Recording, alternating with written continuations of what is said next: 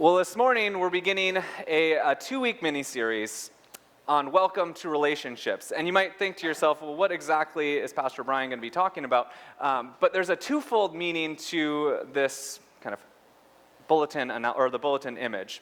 Because I think that many of us struggle with relationships. I know when I was first married, one of the challenges of my marriage was all of a sudden I was in a house with someone else, and, well, things were done differently. See, I'd done my life, I had learned how to do laundry, I'd learned how to do the dishes, I'd learned how to do everything, and then all of a sudden I was married and something changed.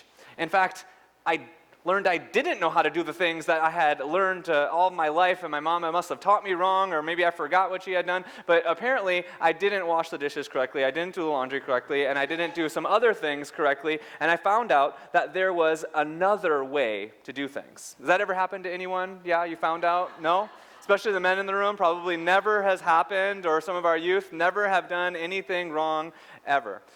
Well, one of the things about relationships that I came to find out with my marriage was that the first step in a relationship is acknowledging that there is an other person. I know it seems really simple, but it's an acknowledgement that perhaps the way that you have done things forever and who you have been is different than the person that you're coupled with.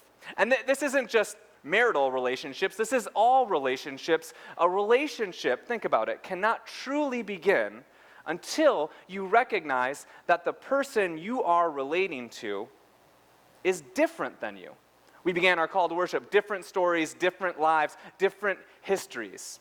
Because if I were to presume that my way was the right way, you could imagine how long my relationship, at least my marriage relationship, would have lasted, right? If I didn't acknowledge that there was potentially just a possibility that there was a different way to do things. And maybe my wife would say a better way to do things, but that's still yet to be determined, right? Then a relationship would not be able to last. If you assume that someone else is just like you cannot relate to that person. And as I was reflecting on this and knowing that many of us struggle with relationships, whether they're marital or whether they're friend relationships or family relationships, I also started to think about the reality at church or in organizations as we welcome someone. That the first step in welcoming someone to our church or to a space is to acknowledge that their experience of welcome might be different than your own. I mean, think about it. That their experience of what it means to be welcoming might be different than the way I'm communicating or we as a church are communicating welcome. And so as we go through this mini-series for this week and next week, I want to talk about this twofold relationship of welcoming, both in our personal lives and also as a church community, being a welcoming community. And acknowledging the other as different than ourselves is the first step. And friends, there is probably no other story in the Bible where it acknowledges the difference of a biblical character than that of the story of Rahab. Rahab is a prostitute Canaanite. She is completely 100% unorthodox for everything that it means to be a Jewish faithful follower of Yahweh and the law. She is completely different than anyone would have imagined. And yet, in this story, the entire nation of Israel owes its life. We as Christians owe our inheritance to this utterly different person known as Rahab. I mean, think about it for a minute. If you know the Gospel of Matthew has a genealogy of Jesus Christ. And within that genealogy is Boaz, son of Rahab. That Rahab, this biblical character, finds her place in the genealogy of Jesus Christ. And she begins as this completely other person. One might ask how the Israelites ended up in the house of a prostitute. One might ask all sorts of questions about this story, but what we learn from the story is that Rahab offers these individuals, these spies for the Israelites, a safe haven. And she puts her life and her family's life at risk in order to create a safe place for the Israelites, in order that the Israelites might continue to go into the land to which God had promised. Without Rahab, likely the story of Israel would have ended potentially here, without a way in to know how the spies might tell the land of the people of Israel to come into the gates and what they had seen, and that the people were fearful of everything that they had seen. But in the story of Rahab, there's another component to recognizing that someone is different than yourself. It's recognizing that that person of difference actually has something of worth to provide to you. And I know that this is a very simple statement, but I think it causes many of us in personal relationships and as well in corporate relationships like the church to stumble. To acknowledge that someone is different, with a different history, a different perspective, a different way of seeing things, and that that different way of seeing things is not only different, but of value. That Rahab, who's utterly other than the Jews, provided something to the Jewish people, so much so that she was lifted up within our heritage as a lineage of Jesus Christ herself. I know couples get into this sort of dynamic, and this isn't just couples, this is also friends, where one person is thinking they're communicating love in all of the right ways. You know, they bring flowers home, they give gifts, they do different things, and yet, for some reason, it just doesn't connect.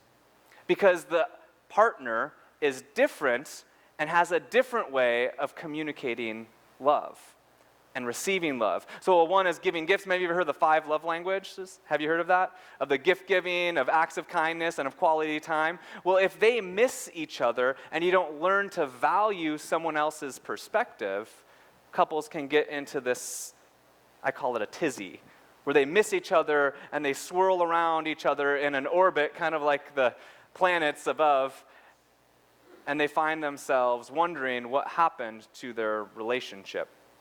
Or when we as a church institution try to say that we're welcoming to someone, and yet when we welcome them, we really mean we welcome them and we want them to be like us and to do the things that we do and the ways we do it. I've, not at this church, at other churches, has experienced a phrase, we're so excited to hand the baton off to the next generation, and yet the next generation are told that they have to do things just the way the generation before did it. They pass the baton to the next generation, but God forbid that the next generation does something different than we had expected. See, because here's the thing, we can't just acknowledge the difference. So when we rise up the keiki, we celebrate the Vacation Bible School, we have to celebrate the reality that they're going to do something different than we expected, because they're different people, and that is of value to us. That we ought to respect the other and watch for the ways that we can see Christ at work in them. One of my most profound experiences of this is you perhaps have heard the phrase, well, all religions lead to the same place, right?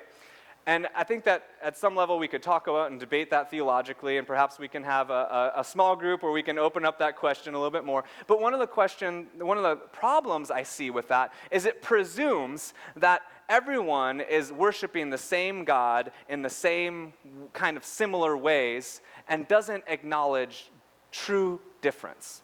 And what I mean by that is that if you don't acknowledge true difference, you can't acknowledge the ways that that difference can add something to you. So in divinity school, graduate school, we did a class called Listening to God. And this class was, you would expect listening to God, right? But it was reading the Bible alongside the Quran. And we didn't just read the Bible alongside the Quran and try to compare, like comparative religions try to do. What we did is we read the Bible alongside brothers and sisters of a Muslim faith as they read the Quran, their Bible. And our premise, the basic start of that, was acknowledging that we are different. By starting there, acknowledging we are different, we then started to explore the different ways we have heard similar stories. An example of this is the character of Job. Finds its place in both the Bible and the Quran, and I just assume it's the same story, right? But we found out as we explored, we went and we studied alongside the Muslim imams in Raleigh, and we listened to their perspective on Job, and we were all very surprised to see that in the Christian faith, we believe that there's this room, this space to argue against God. And so Job is kind of like, vindicate me, O God, because of the plight that I have found myself in. And he's going this back and forth with God and the other people, but yet in the Muslim faith, that looked different. Because the Muslim faith, it was an acknowledgement that God's sort of will has this sovereign role, and it was less of a question and a debate as much as it was a lament of his situation. And we talked about what did that mean for our different faith traditions. Or in the story of Hagar. Hagar is the first attempt to have a child for Abraham. God says Abraham will have all sorts of kids, offspring, like the stars in the sky, the sand on the sea, and yet for Abraham and Sarah, they were unable to have a child because of their age, or at least Sarah's age. And so they took kind of their situation into their own hands and took one of Sarah's handmaids, and they had a child through this woman, Hagar. And in the Christian tradition, Hagar theologically is the mistake of Abraham. But in the Muslim tradition, they continue Hagar's story, because if you know that Ishmael is the kind of the point of the Muslim faith versus Isaac, and they continue the story of Hagar, and they talk about the faith of Hagar. And you know what? I had never thought about that until I heard that from my Muslim friends.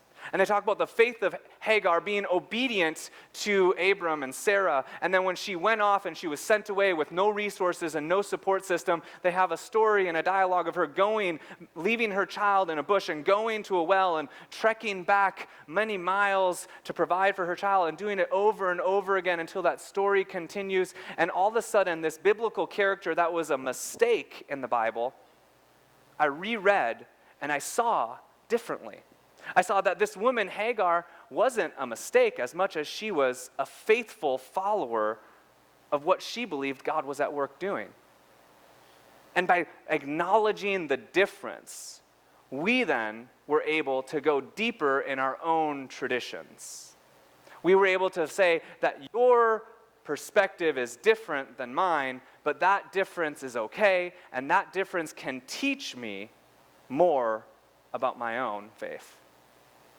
Listening together, the Bible alongside the Quran, not saying that they're the same, but acknowledging the difference for, in fact, it being different.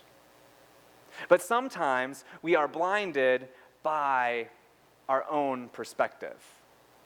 We get tunnel vision to think that we have the right way, and we don't see that the other, whether that's another faith or whether that's the partner that sits across our table day in and day out, is different than us, with different needs and a different story and a different background. And so I hear the story of Rahab as a moment of pause for us. Do we pause to acknowledge difference?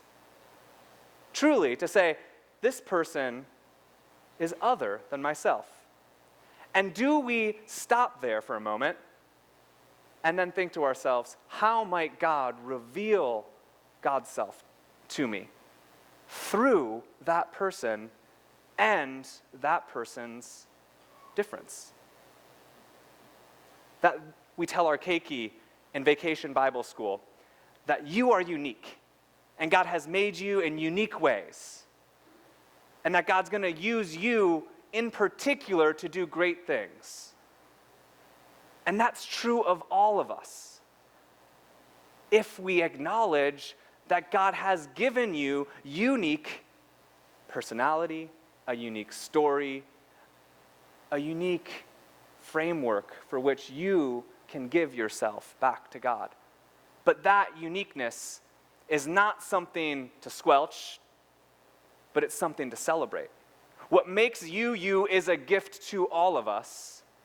And what makes your neighbor sitting right next to you, or your neighbor across the street, or your neighbor on the other side of the tracks, I know we don't necessarily have in Hawaii, but you get the metaphor. Not just different, but someone through whom God can reveal God's self to you, and you might see the face of God in a whole new way. And you might see Christ at work in the other as you relate to them, truly as someone you can learn from, someone you can grow from, and someone like, I learned many months or years after my marriage began, right? That someone can add value to you. How do we open ourselves as a community to all that come here to add value to our table of Christ, that the ways in which they live out their faith is a way that we can grow? How is it that you in your personal relationships relate to all those you encounter throughout your week as a person to whom you might grow from? Not because they remind you of how right you are, but they teach you something new through their story and through their lives. Let's be that kind of people who welcome others to relate to one another, welcome others into relationships,